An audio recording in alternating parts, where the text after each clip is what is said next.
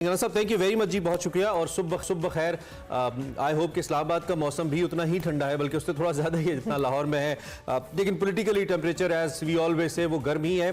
सबसे पहले मैं ज़रा ये सिंध वाले फैक्टर पे आपसे बात कर लेता हूँ।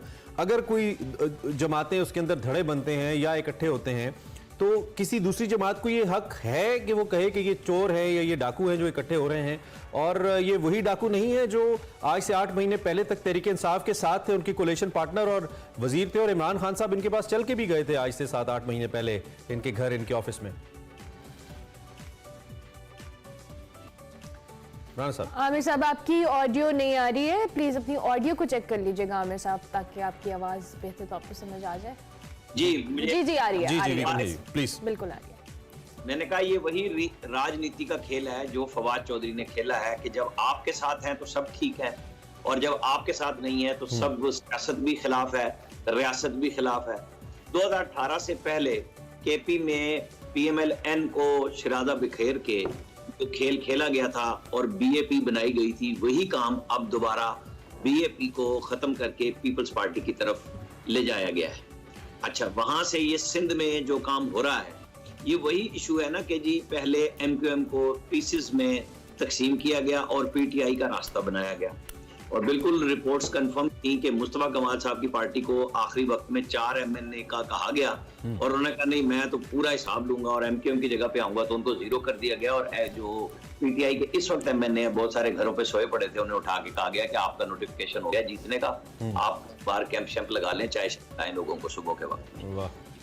तो ये इनको तो पता है कि इन्होंने क्या खेल खेला था। मैं आपको बताऊं, असद उमर से इलेक्शन से कुछ अर्सा पहले मैंने मिला 2018 के, मैंने कहा ये टिकट क्यों नहीं अनाउंस कर रहे। वो बड़े परेशान थे कि मुझे उन्होंने दिखाया कि ये खान को मैंने मैसेज किया हूं, वो जवाब नहीं आ रहा। तो कुछ अरसे के बाद फिर जवाब ये आया कि वो तो जहांगीर तरीन अलीम खान, उनके जिम्मे था कि लोगों की दूसरी पार्टियों से हाँक के PTI में ले जाया जा रहा था, उनके गले वो तिरंगा डलवाया जा रहा था और PTI में शामिल कराया जा रहा था। वो असद उमर उस वक्त उस खेल का बड़ा नुमाया खिलाड़ी नहीं थे जो बाद में बन गए, क्योंकि फिर जाहिर राजनीति में सबको शामिल करना पड़ता है कि कोई भी पीछे ना रहे। और अब असद उमर जो आर्मी चीफ के पास भी जाते रहे इमरान खान की सुलह के लिए, इनको बिल्कुल अच्छी तरह पता है कि इनके साथ क्या हो रहा है और इन्होंने लोगों के साथ क्या किया। अब जो वो बदमाश टोला गुंडा जो भी MQM को आप कहें, वो बिल्कुल नफीस लोग भी थे, जिसका आपने जिक्र किया कि इमरान खान खुद चल के गए थे, तो यही लकब दिया था ना उनको कि लोग हैं, नफीस लोग हैं।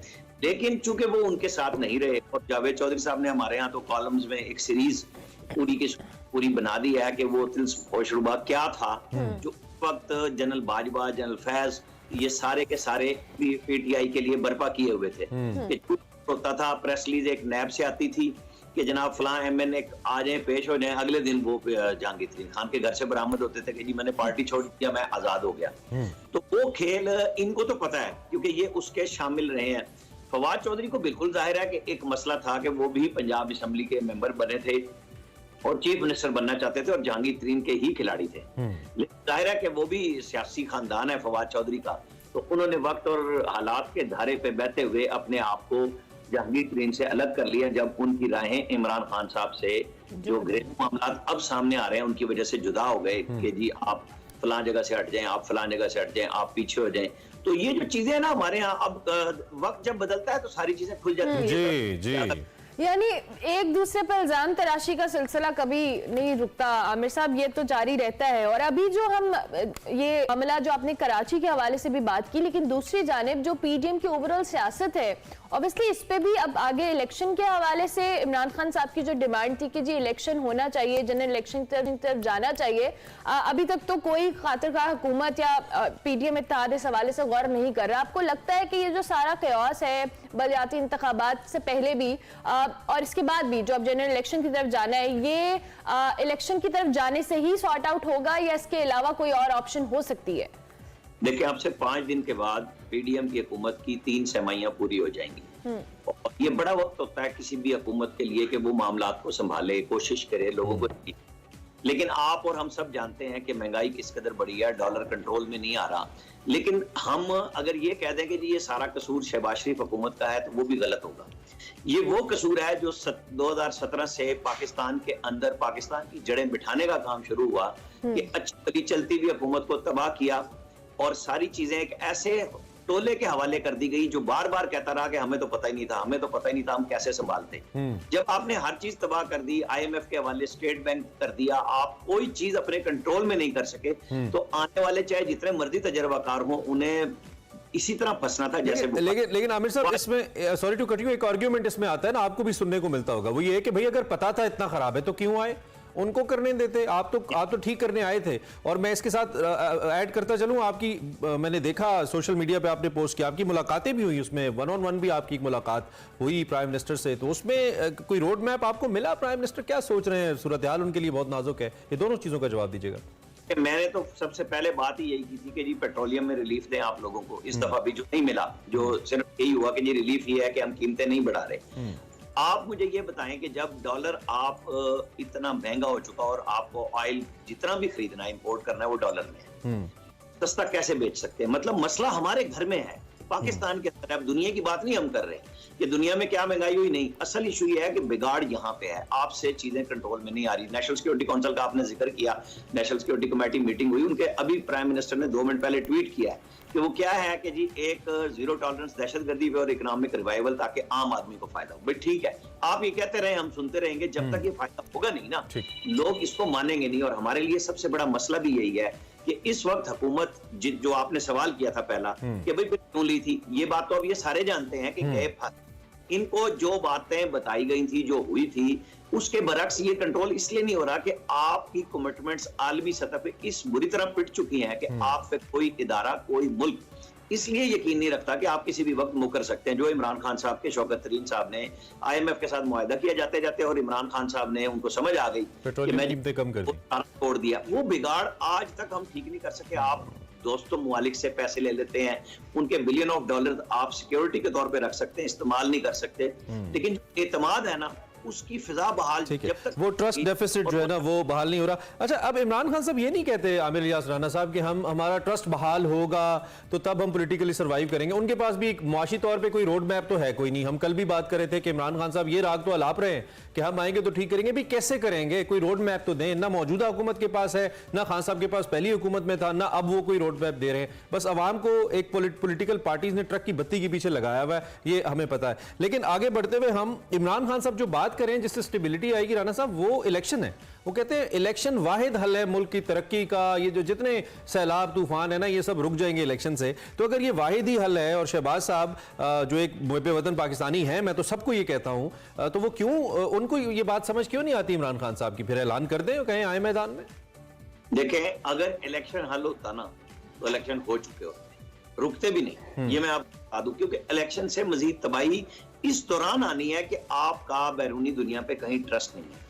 अगर आज आप ऐलान कर देंगे 3 महीने बाद बिलफर्ज हमने इलेक्शन कराने हैं, तो निजाम गवर्नमेंट कोई मुआयदा नहीं कर सकेगी। यहाँ पे चूरन शब्बर जदी साहब बहुत बेच रहे हैं टेक्नोक्रेट्स गवर्नमेंट का। मुझे बताएं, फौजी मार्शल लॉ में सारे के सारे टेक्नोक्रेट बैठते हैं, ये सारे अपना सौदा बेचते हैं कि हमें वजारत मिल जाएगी इस दफा FBR की चेयरमैनशिप से ऊपर, और हम लोगों को तबाह कर देंगे। आप पॉलिटिकल लोगों की मर्जी के बगैर, यानी इमरान खान, शहबाज शरीफ, जरदारी साहब, नवाज शरीफ, इन सब के बगैर, चाहे वो बलूचिस्तान से कौमपरस्त रहनुमा हो, वो KP से लोग हों, अगर आप उन सबको एतमाद में लिए बगैर बिलफर्ज एक टेक्नोक्रेट गवर्नमेंट बनाते हैं, वो 2 दिन नहीं चल सकती। अगर ये हुकूमतें नहीं ना चल सकती कि इनके पीछे सपोर्ट पूरी मौजूद ना हो, तो कोई फैसला नहीं ले सकते, और दुनिया बिल्कुल नहीं मानती उन फैसलों को कि आने वालों ने 1 दिन में खत्म कर देना है। असल इशू ये है जो कल नेशनल सिक्योरिटी कमेटी के एलामिया में है कि आप सबको बैठना पड़ेगा। आर्मी चीफ ने 3 दिन पहले यही बयान दिया कि सिचुएशन ऐसी है। ये बात नए आर्मी चीफ को बिल्कुल पता है कि पुराने आर्मी चीफ अब इंटरव्यूज दे रहे हैं, बातचीत कर रहे हैं, समझा रहे हैं कि हमने क्या क्या किया। उन्होंने जाते जाते माना कि हमने आइन से खिलवाड़ किया, हमने आइन के मुनाफी काम किया। तो उसका हल सिर्फ ये है कि तमाम सियासी जमातों को, मैं बार बार कहता हूं कि डी चौक में बिठाएं, इनके माइक लगाएं और टेलीविजन बताएं। सियासी जमात, अदलिया, हमारी इस्टेब्लिशमेंट, फौज, सारों ने क्या गलतियां की हैं। उसके बाद नई शुरुआत के लिए यहाँ के जितने बड़े सरमायादार हैं, इंडस्ट्रियलिस्ट हैं, ताजिर हैं, उन सबको एतमाद में लिया जाए कि आप हमें डॉलर दें जो आपने बाहर रखे, और यहाँ सबको पता है कि किसके डॉलर कितने बाहर हैं। जब तक हम यहाँ से इकट्ठे नहीं करेंगे, यानी सब स्टेक होल्डर्स को एक पेज पे आना होगा। आमिर इलियास राना साहब, दूसरी जानिब ये जो पंजाब की सियासत है, इसको आप किस तरफ जाता हुआ देख रहे हैं? मुस्लिम लीग नून और पीपल्स पार्टी ने भी वजीर आला के बाद स्पीकर और डेप्यूटी स्पीकर के लिए जो तरीके अदम एतमाद है वो वापस ली है। आपको क्या लगता है वापस क्यों ली है? नंबर पूरे नहीं है या कोई और ये टेक्ट इस्तेमाल किया जा रहा है? और क्या पोजीशन आप जो पंजाब की सियासत है इसकी देख रहे हैं? देखें, दो चीजें हैं। एक ये है कि अदम एतमाद की तहरीक और वजीर आला के खिलाफ भी, स्पीकर डिप्टी स्पीकर के खिलाफ इसलिए कराई गई थी कि वो असम्बली का, खास तौर पे परवेज इलाही साहब के खिलाफ, कि वो असम्बली ना तोड़ सके। एतमाद का वोट सुप्रीम कोर्ट के उस फैसले का तोड़ था जो उन्होंने आइन के अंदर 63A में रीराइट कर दिया, तशरीह की बजाय, कि जी ना सिर्फ वोट काउंट नहीं होगा जो अपनी पार्टी को छोड़ेगा और वो सजा याफ्ता के तौर पे नाअहल भी होगा। यानी आइन ने बकायदा लिखा। तो अब आपके पास क्या हल था कि अदम एतमाद में आपके लोग टूटते हैं, दूसरी पार्टी को वोट देते हैं जो पहले तजर्बा हुआ, और इन्होंने बैक डेट से उसको लागू करके हमजा शहबाज फारिग हो गए। अब हल क्या आया कि जी एतमाद का वोट लें। एतमाद के वोट पे परसों इन्होंने इमरान खान साहब ने कहा, जो इस्लामाबाद से बीट रिपोर्टर गए थे, कि जी हमारे 3 लोगों ने कम से कम मुझे बताया आके कि जी उनके साथ कोई राब्ते किए गए हैं कि आप गैर हाजिर हो जाएं, यानी न्यूट्रल हो जाएं। अच्छा, अब न्यूट्रल जब वो होते हैं तो एक पार्टी MWM की कल सुबह 9 बजे एलामिया आ गया था कि हमारी खातून रुकने असेंबली परवेज इलाही साहब को वोट नहीं देगी। अच्छा, कम से कम इत्तेहादी पार्टी के 3 अरकान का पता है उन्हें कि वो वोट करने नहीं आ रहे आज तक की सिचुएशन में, इस सुबह की जब हम बात कर रहे हैं। बाकी PTI के कितने लोगों के ऊपर क्या प्रेशर है, नहीं है, उसी वजह से अब तक पंजाब असेंबली में चौधरी परवेज इलाही एतमाद का वोट नहीं ले सके, क्योंकि अभी तक फिजिकली उनको पता है कि हमारे पास 186 हो सकता है। जब मान में जाए तो ना हो तो फिर तो हुकूमत टूट जाएगी, फिर इलेक्शन होगा। तो ये वो वजह है कि वरना जो स्टे दिया लाहौर हाई कोर्ट ने 11 जनवरी तक का, वो बड़ा वक्फा था। ये तो कह रहे थे ना हमारे पास 187 मौजूद थे जी, फलाने मौजूद थे। ये जितने दावे हो रहे हैं, ये 1 मिनट में सब चीजें साबित हो जाएंगी। आप पंजाब असेंबली का इजलास जो 9 जनवरी को बुलाया, वो आप कल बुला, आज बुला लें। आपके अपने स्पीकर के हाथ में है ना इजलास, तो और वोट ले लें ताकि गवर्नर की जो आईनी एक सिफारिश मौजूद है, एक ऑर्डर मौजूद है कि उसके ऊपर अमल दरामद हो जाए। वरना आपको 11 के बाद तो हाईकोर्ट में फिर बताना पड़ेगा कि इतने दिन में, क्योंकि हाईकोर्ट ने कह दिया लिख के कि अगर आप चाहें तो इस दौरान एतमाद का वोट ले सकते हैं, तो वो नहीं। बिल्कुल, ये वो सारी सिचुएशन है जिसपे सारा अगला फ्यूचर का सियासी मुस्तकबिल जो है पंजाब का वो खड़ा हुआ। मुबहिम सूरत हाल है। ठीक है, आमिर इलियास राना साहब, सीनियर सहाफ़ी, बहुत शुक्रिया आप हमारे साथ मौजूद और आपने अपना तज्जिया हमारे सामने रखा। आप सुन रहे थे आप इस वक्त जो सूरत हाल है मुल्क की, खबर भी और तज्जिया भी दोनों ही मुल्की हालात के हवाले से कुछ खास अच्छे नहीं हैं, क्योंकि मुल्क का मुस्तकबिल मईसत से रिलेटेड है, 24 करोड़ आवाम से रिलेटेड है।